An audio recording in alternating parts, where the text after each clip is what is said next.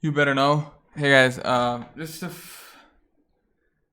started with 4 tournaments,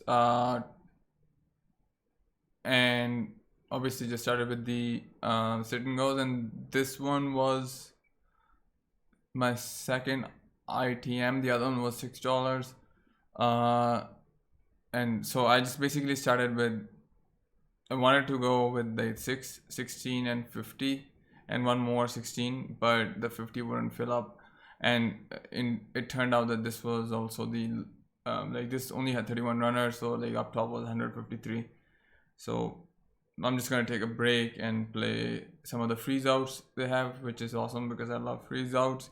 I also had there's a YouTube channel promoting exploitative poker by showing um it's pretty pathetic, like the way the argument is built is just absolutely uh um what you would imagine someone who even thinks like who is this there's this like exploitative poker is like a loaded term.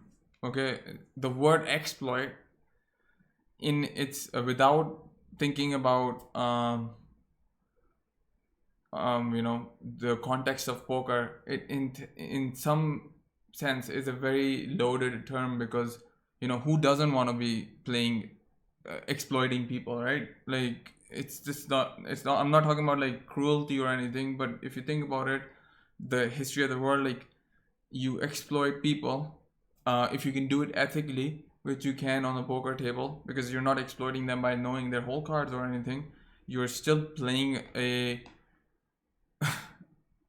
I mean, it's pseudo exploitative poker. Okay, there's because exploits. Someone who says, oh, actually premises the fact that they play exploits by first of all providing a graph of say 4K games where they didn't do well, and then a graph of 5K games where they did do well, and then premising it by saying they played game theory or like took lines that for balance sake. I could just say back like what exploit for exploit's sake, like max exploit for max EV is as stupid a statement to say as saying like Joey Ingram was saying. I was asking this question on Twitter. What are from 2018 to 2020? What are the most like used terms in tourneys that are just kind of like sometimes can almost be the way people use it is almost like conveying way too much intelligence. Apparently, according to this guy, it was because a Latvian friend told him about how people buck under pressure and don't want playing rationally, and therefore you should just go max exploit. First things first, if that guy is saying that, he has to realize that the first premise that he made, that yeah, look, this graph was played from GTO and didn't win me anything, this was exploitative, won me everything. So that falls apart because he couldn't have played game theory optimal because that requires a complete recall. Since that person is also a human being, he has to have made mistakes. So it's just that people who can't put in the work to understand this game, and I'm gonna use the simplest of ratios, just small blind versus big blind, and a model that you cannot refute with because it's 15 big blinds. You got to start somewhere, right? So let's start with a model that will be in fact some of those spots will be executed in this tournament, and I finished fourth. I was unlucky, everyone was short, and we'll go over it, but this is the first time.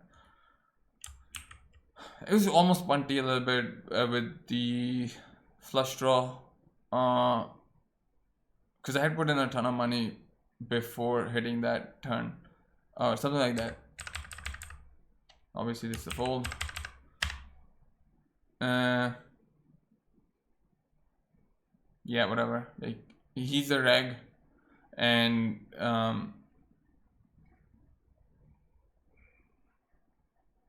yeah, I mean like it would suck to like this is still like the first hand, right? Oh, you guys can't see the HUD. Anyways, he's tight. So yeah, I'm reading into people's stats who I have enough sample size on. Remember though, pre-flop stats are way more robust than flop, which are more robust than turn, which are more robust than river. And what do I mean by robust in this scenario? Basically, you're gonna have less of a bias in someone's pre-flop and flop stats versus turn and river, because you don't get that much opportunity. So this versus this guy, for example, I have 138 hands only, a ton of data pre-flop, like the numbers just fill up, and okay, flop as well. Turn, nothing, everything is zero. There's a bet of 40, just 2 of 5 sample size. Continuation bet 1 out of 3 sample size. That's about all I have. River stats, everything is zero. There were 4 opportunities for him to bet, he didn't bet. All of them were from the, well, 3 from middle position. Like, you can just imagine like how your data is just skewed, and it's the reliance on it is just going to make you pretty, like, it's gonna bias your thinking. Even I've shown pictures of stats where it says the stat value is 10%. It definitely isn't, and it's versus a player who I have 18,000 hands on. It's just by trial and whim of trial and error, you just happen to stumble upon certain statistics, certain tendencies.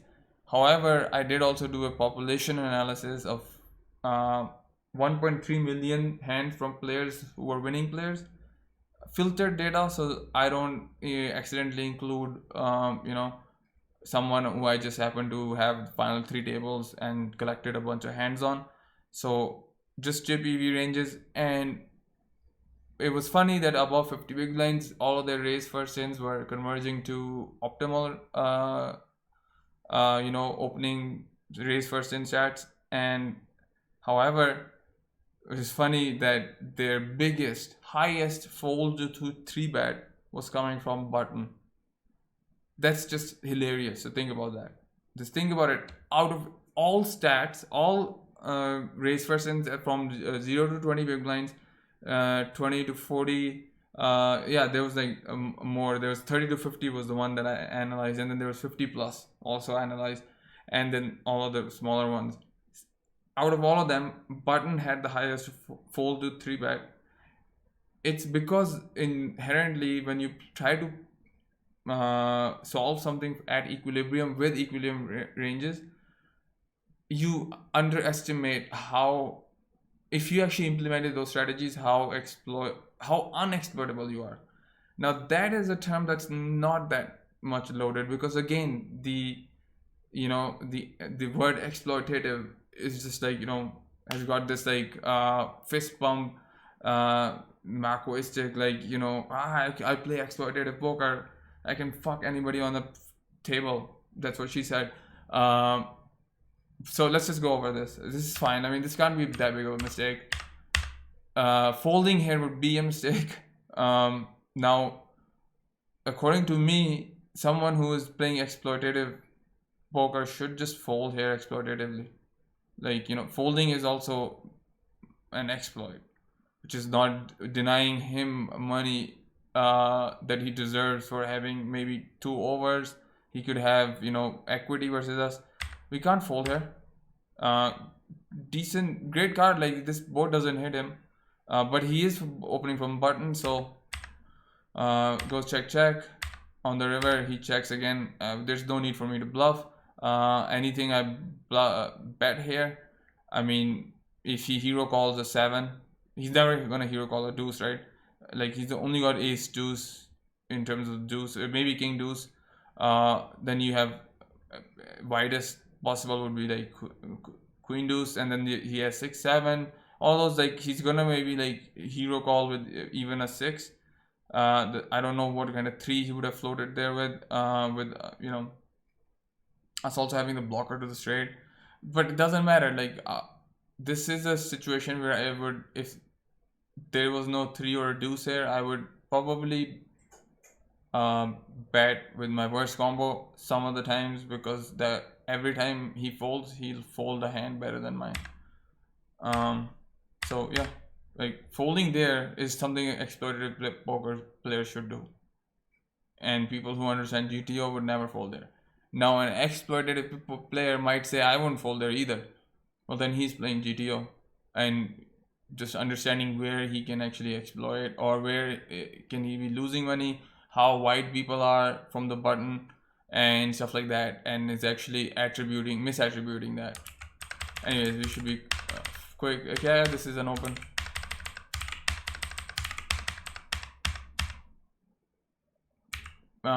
Suited is fine, we can fold this too. Here, like mostly like someone like Ben CB will say like there's no like MDF in the small blind because we just call because of odds. Like actually, if that was true, like this would always be a call. You know, we're getting 6 to 1.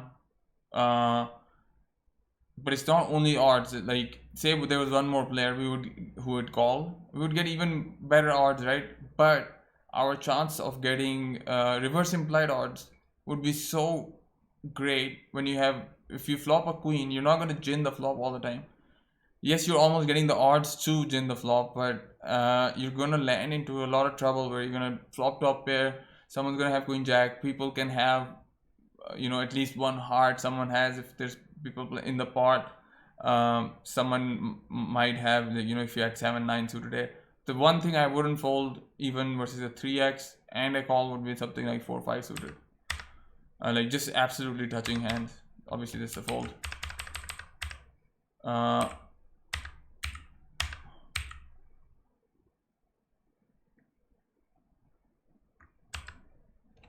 Yeah, it's okay. I mean, we can chuck in a big blind here, but this guy with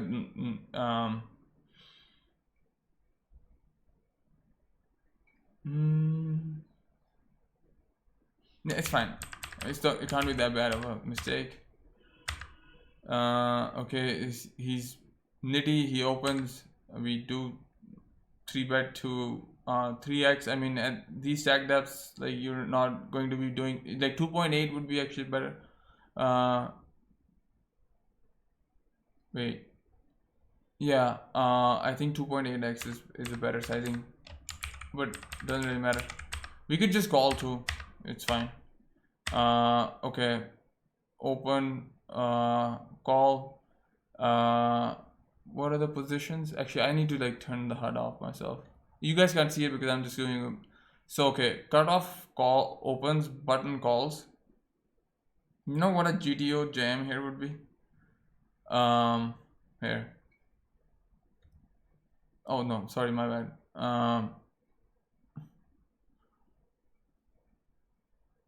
GTO range for jamming here.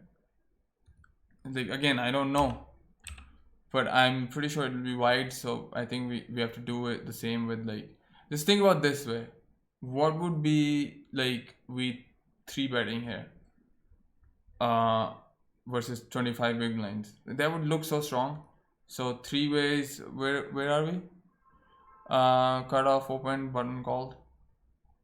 At 30 big blinds. Okay. Yeah. Queens is like either a 3-bet or a jam. I think jam is fine here.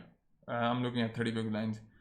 Queen 9 suited, queen 10 suited, ace 8 suited, ace 7 suited, ace 5 suited, ace 4 suited, ace jack suited, 10s, 9s, jack 10 suited, 7s, 6 is a 3-bet. You can call 2, ace 10 offsuit, ace jack offsuit, ace queen offsuit, ace king offsuit.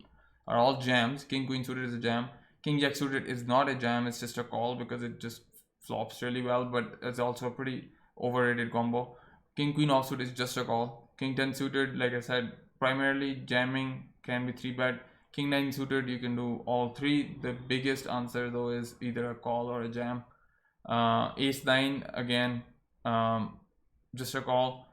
Ace 10 suited is 3-bet.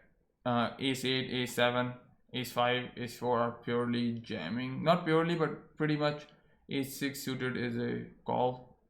Ace 7 also is a 3-bet fold, in my opinion. So we have all these trash hands we also jam here with. So we're going to do the same thing with queens. Get called by ace jack offsuit. Cool. he had, I think he jams versus a 3-bet, but our 3-bet looks so tight here that I think most times people fold. Here I just limped. So here's where I'm gonna talk a little bit about these sort of boards, blind versus blind. So you either make it pot or you check. Actually, you're not supposed to be betting that much. There's still a lot of checking here. Let me just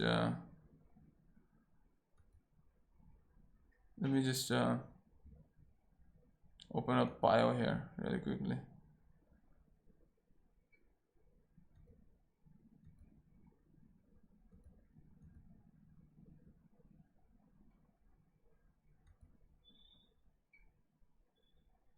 Huh.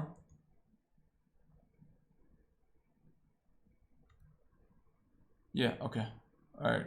I already have this for like say 15 big blinds. We're gonna open 6. Yeah, this one. So 8-4-3 board. This is out of positions range. This is not actually the GTO range. The GTO range will have a lot of these at like 0.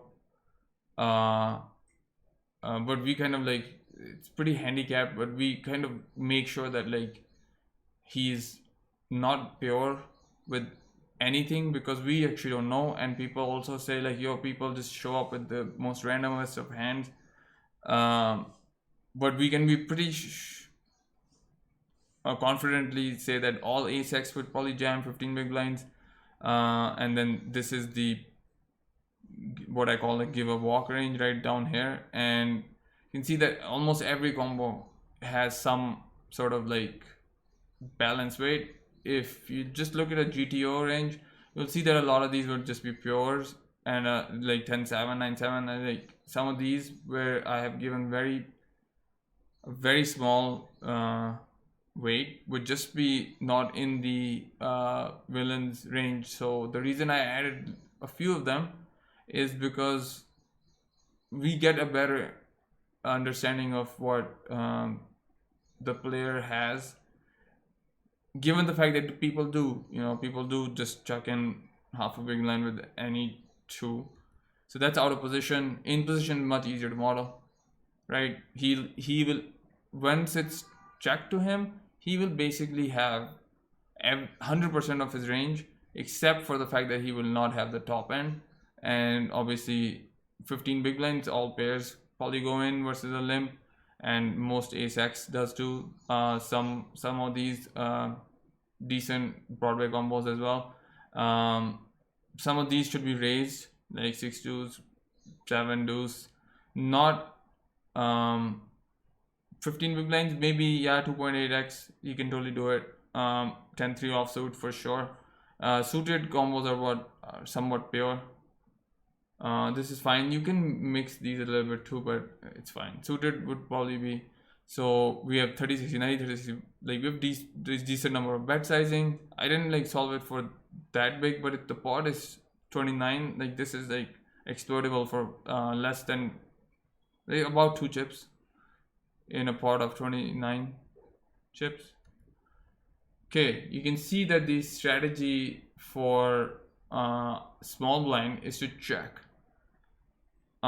Even if this board was something that is in terms of EV, just crushes him, crushes like out of position, EV wise, like this board is, and we just node lock it for him betting, force him to bet. You can see the bet is 9. What I want to just emphasize here is that when he does bet on Jack 10, we're not folding anything. And that would be true when you think about someone who's c-betting every time. Like our folds are only like 27%. I mean, we are basically calling with like 9-7 offsuit. 9-7 suit is just going gangster. Think about this, King 5 offsuit, man. Like, does anyone defend this wide? The hardest thing to do in GTO is like, why just be this wide. Now, I'm not saying you should do this because we don't know whether the villain has a 100% 3-bet, whether they have a 100% limp first in, whether they have some component of their range at 15 big blind that like is open rip. Probably they do. But regarding other than that, some component, whether they 3x, they definitely don't 5x, right? So that's where the constraint comes in their strategies. That's why this is a good model. But you can see that you need to just continue with almost, it's not just like you continue with jacks or like with clubs. All these, the folds are the ones that don't have clubs, but even like 4-3 with backdoor clubs is calling. I mean, you can't get more gangster than that. You can't get more. So this is where you learn the exploit. But it's not like, oh look, this is what Pio is saying, because Pio is fucking shit, man. Look at it, wants you to call like with everything, right? And if you look at your entire range, I mean that's your range, and basically your entire range is still calling. Very few folds, and you know where the folds are coming from. The folds are coming from basically the stuff that you should be expecting to fold on this. But what is surprising is that the sheer amount of calling on Jack 10. If he bets pot, I have 90% pot. I mean, you're still just because you bet pot and you have two weak ranges, one weak range just bet pot, doesn't mean you don't defend your MDF at least. You still do. In fact, it's pretty much, there's some folding now being introduced in terms of, King 5 offsuit not going like haywire, but still stuff that has some backdoor equity is still calling. So you can see the folds didn't really much change. And if we go back to this one,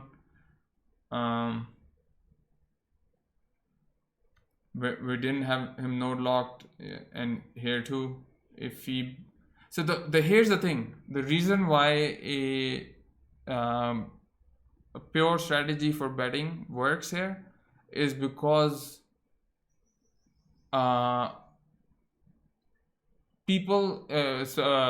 players in big blind will just auto fold versus a bet in the small blind. They wouldn't consider, like, this is why does Jack 10 have more EV for out of position? Because a lot of Jack X still does get raised to all in or whatever, like to some degree by in position. This is a board that in position has more coverage on, especially when it doesn't raise. This is a board that out of position when he limps first in doesn't have that much coverage on. But still, the reason you can get away with 100% C betting, like pure C betting, is because do you think when you bet 9 here, you really think there's only 6% folds? You really think people are going to be calling with, again, it goes back to this like King 5 offsuit, it just has to call. No, it doesn't have to call. Again, you don't have to do anything that Pio says, but both these instances show that really just don't fold blind versus blind to one C bet. In fact, the second most preferred bet, I mean, here both are almost equal, but you can see that like it's an overpot bet. No, that's a raise, sorry, my bad.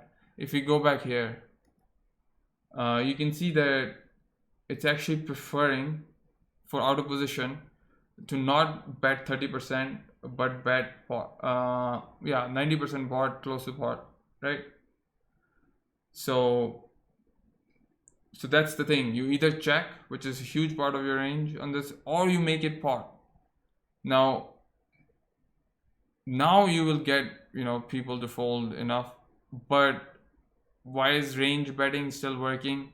is because when you do range bet, like people are not going to call jack 2's jack 2 suited. Oh, okay. Obviously, the only one that's folding is one that has no backdoor. So the three colors on the board had the one that doesn't have any color, so no chance of anything backdoor. Obviously, will fold, right? You can't just call with your entire deck, nor can you just be c betting with your entire deck. You have to constrain your strategy to the deck and what's on the board. But given the fact that people will overfold here, people will not be, three betting, two betting with queen 5, king 6, king 5 has some element. King 6, of course, starts to interact with the board a little bit. King 4, I mean, like, okay, that's got a pair. King 3 does too, so sure. But it's not only top pair and, like, suited or offsuit. It's a bunch of other things are doing the same thing. The thing to note that is standing up here is not to do what Pio is telling you to do. Oh, Pio said don't fold this, so I'm not. Just in general, what is standing up pretty well is that you don't have any folds here. You don't fold to a range bet. Range bets are already very weak. Someone who's betting range is actually pretty weak range, has a pretty weak range. You basically call with everything on, especially on this board, and some of the combos that absolutely make no sense, and we're talking about 15 big blinds, just call, right? King jack offsuit, obviously you don't want to raise because you and also see, like, if he bets, like, not many raises are all in. Most of the raises are I mean, it's almost what's the pot, 38? Yeah, I mean, a little bit more than pot, and we're talking about 15 big blinds here with stack depth of effective 140. So what did we learn from putting in almost optimal ranges? We just put in, like, a little bit more extra combos for the opener. In fact, if you look at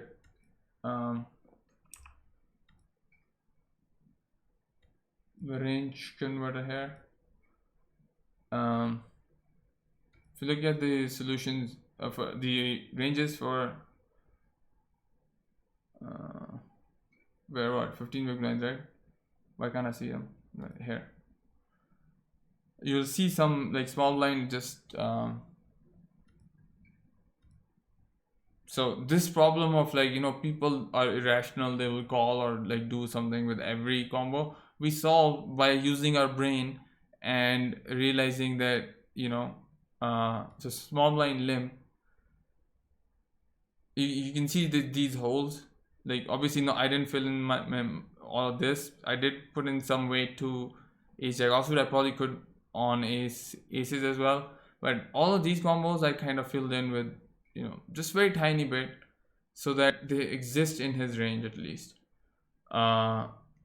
And again, what do we realize from, because Pio solver is insane, like, it does whatever it wants to do, because it's not to see a hand and be like, yeah, I'm gonna do exactly what it's saying, and that's why I'm playing GTO lines. No, it shows you certain bigger picture things. It shows you, in general, from, if you are small blind, you can still get away with betting on this board. In fact, even though you have very high EV on jack 10 and ace jack 10, they are not boards that you bet on. In fact, your actual strategy is to check a shit ton, usually about 65% plus. On this board is higher, obviously, but you can see your bet sizing is purely going towards 90% pot. That's what I had in the so that's what I did here. I bet pot. So where did I learn here?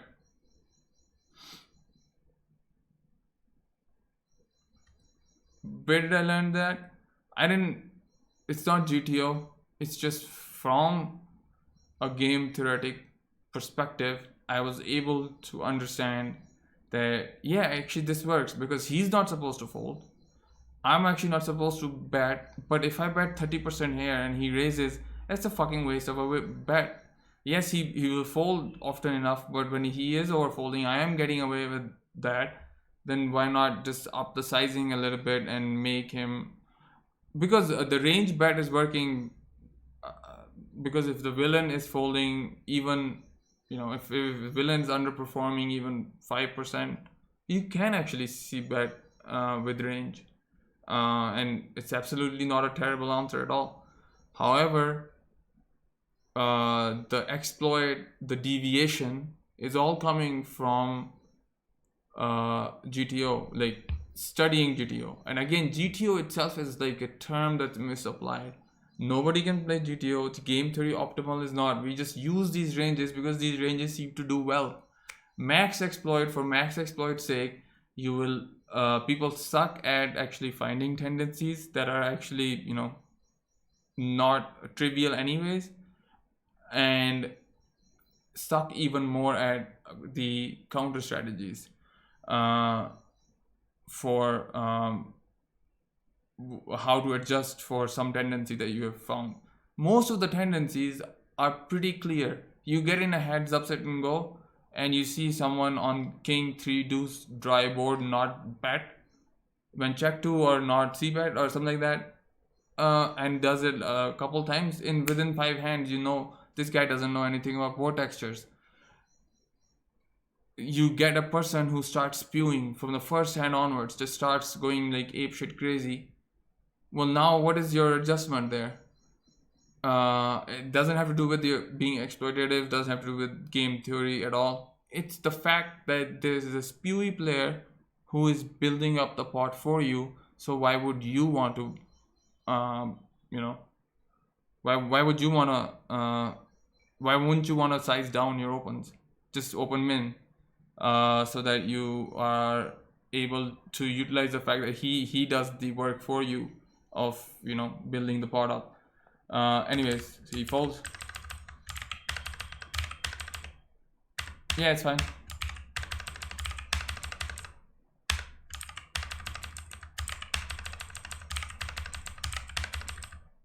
Yeah, I made it a little bit bigger. Think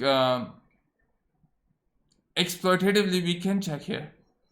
However, he calls like why not, like, yeah, we can check because even on later streets we can actually, but it's rainbow, he's more likely to jam here with he's not gonna like play for linear, although he's again a reg, so maybe the sophistication that brings the experience, maybe I can, but again then a check here would actually be pretty bad.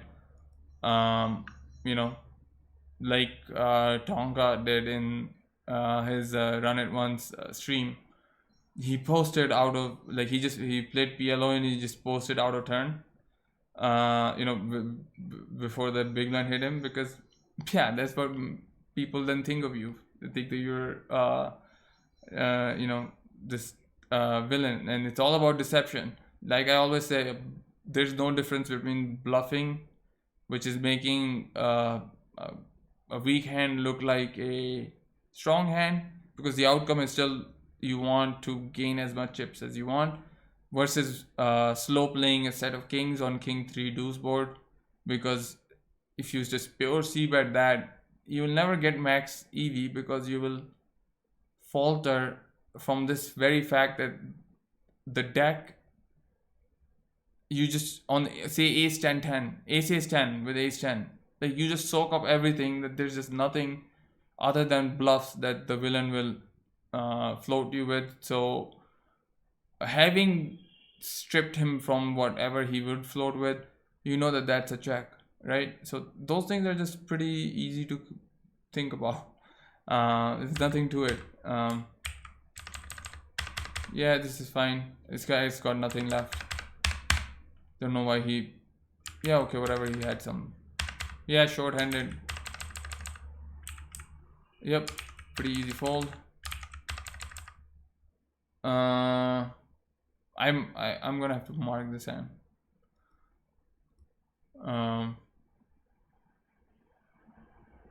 Or we could 3-bet fold. Yeah, this is kind of fucked up, man. It's definitely not a good card, and we can sometimes win.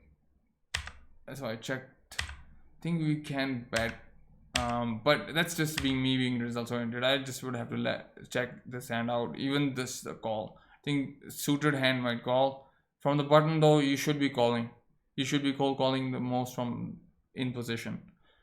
And we could have, he could have just c-bet with range as he seemed to have done here, and that could have just been king 10. We block both king jack and king 10, so yeah, it's fine. And on the flop, we kind of, our suits are not the best, so yeah, we couldn't even fold this hand. It's not that bad. Limping here is fine. He checks 6-9-8 again. This is actually a pretty good board with our combo. Bet pot, take it fucking down. Again, from the button, I like to just cold call a lot. He bets, no point in raising. Why would we? He shouldn't even be betting this board.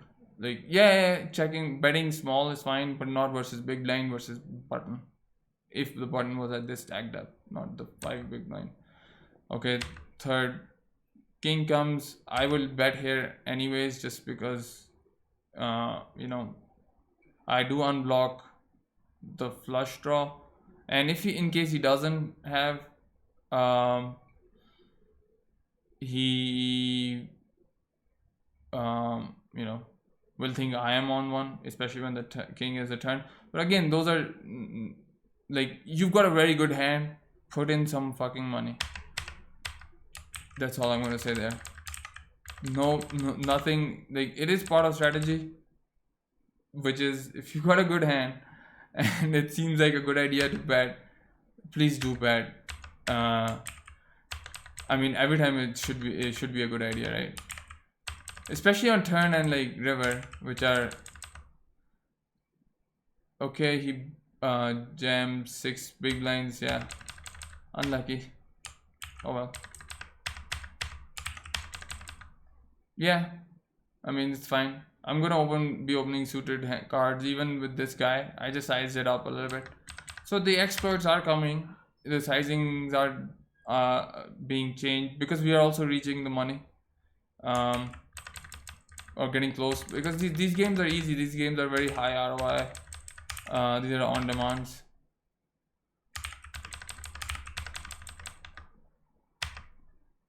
Yeah, I will definitely. And here again, he's got a pretty big stack, but look, his VPIP was 56, by the way. Sorry, raise first in. Again, small sample size though, but I think this is fine.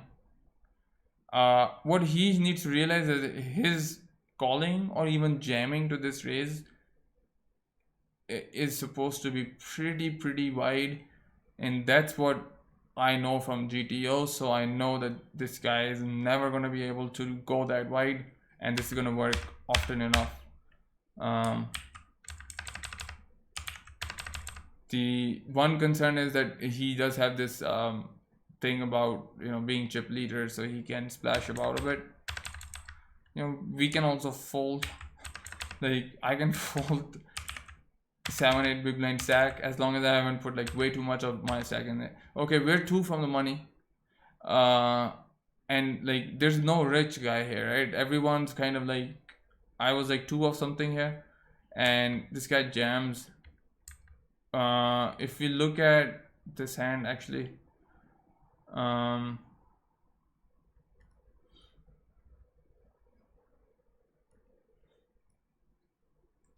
let me really quickly do.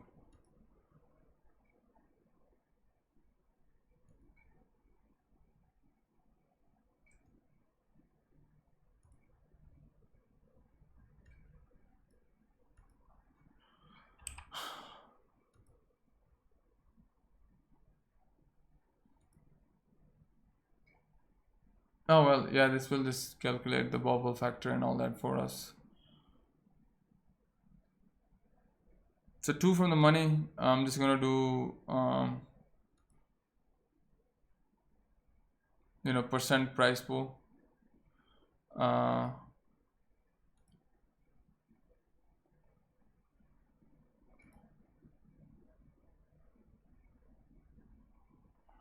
Yeah, I mean we did the right thing. Queen Jack offsuit is a fold here, and oops, my bad. Oops, no. Here. Gosh damn it. Oh fuck. Mouse. You better get in line and start behaving optimally.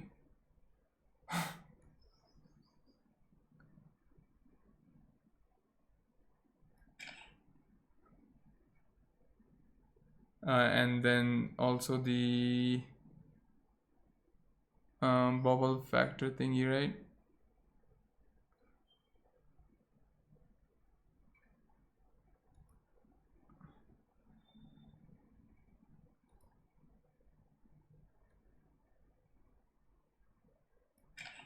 So here, I'm just gonna bring these two here, and really quickly, because there's so much more interesting stuff to come. Go with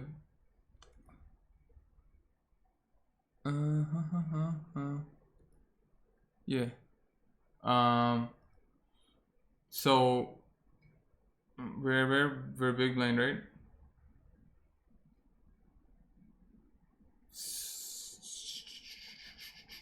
So we need about, if this was just like a 3-handed, again it's the same, you know, like when your bubble factor is close to 1, it's kind of very indifferent. And if you just went to like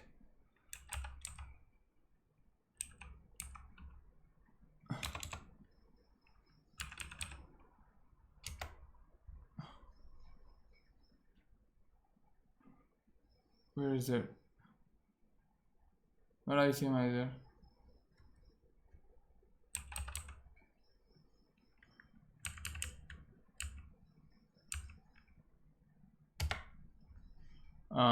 We did this whole exercise, right, with how to calculate your bubble factor, which is your EV at the start of the hand minus your EV if you lose the hand, divided by your EV if you win the hand minus EV at the start of the hand. And if you're small stack, that would be 0. From the bubble factor, we can calculate what EV we need. If our bubble factor here is like 1.66, that would be what? So the equity that we would require here would be 1.66 divided by 2.66. So bubble factor divided by bubble factor plus 1. So 62%. Jack Queen suited has 62%, like not that often, especially versus the 10 big blind jam.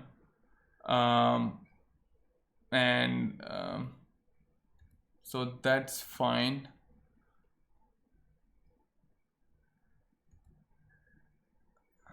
So this is a fine fold in my opinion.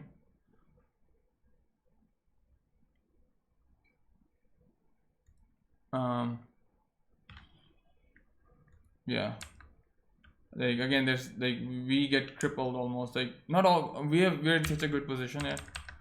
Obviously this is a jam versus like a 13 big blind, like I said, like even the small blind big blind model has a lot of ace axis jam. So we're on the final table. It's 7 to the money, 2 from the money right now.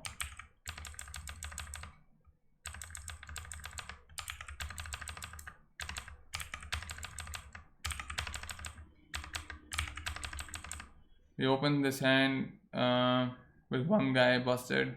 We're 12 big blinds. We open, we take it down. We can fold if someone raises. We open, take it down, open, take it down. Would I call? It depends on who jammed. We open, take it down. Open sizing it up a little bit. Ace jack. I marked this hand, I think. Yeah, I already did. So I'll be looking at it. I think it's a fold from this position. It's close. There's a 4 big blind jack here. 4 here. The fact that he's jamming, he's gotta be bladed here. Depends on the player though.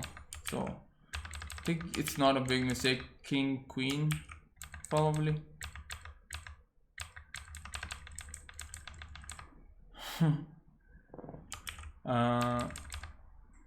Yeah, this is we can jam here. We can like 3-10 also. Yeah, 10 high. I think we should just jam. I don't know. Again, I didn't have any kind of chart with me. Maybe we can open this like 2 suited cards, but we had a tight image, and that's why we can like open these kind of hands and just get away with it. This is again a fold. Yeah. Yep. This is interesting. I actually marked this hand, I think, or I should. Do we even like? I think we just jam here. Now that I think about it, it's either jam. I think this is kind of bad. Anyways, though, this we have to fold. We're in the money, but like, it's fine, man. We can always jam like 10 big blinds with ace 4 suited and get lucky because we had 35%. But I think that aces, I didn't play that well. I think flop is either check, and if he bets, we jam, but it can go check too often, so I think we can jam. I don't know. I'm gonna look at it. You know, yep, this is a jam. Open, we get jammed on, fold, fold, fold.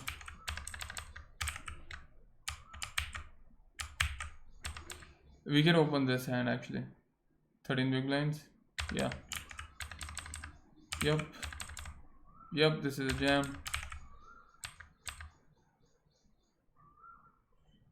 Yeah, I think it's a fold. He did show his hand too. I don't know why we didn't see it. This is fine. It's fine. Fold here. Yep, I jammed versus his min open. It's the first time he's open. I don't know why, because he's just shown every hand that he's just the open ripped it here. I mean, it's just a matter of luck, right?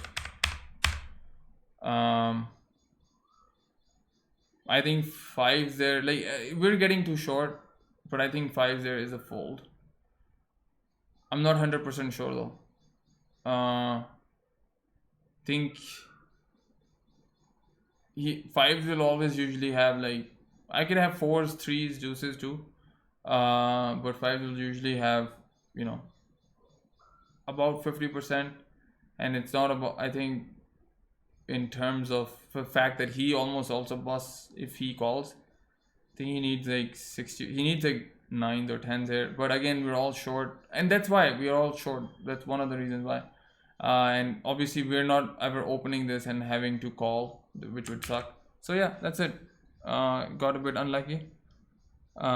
We had in 4 games profit of we'll have to look at that, but it's definitely more than like $100 or something like that.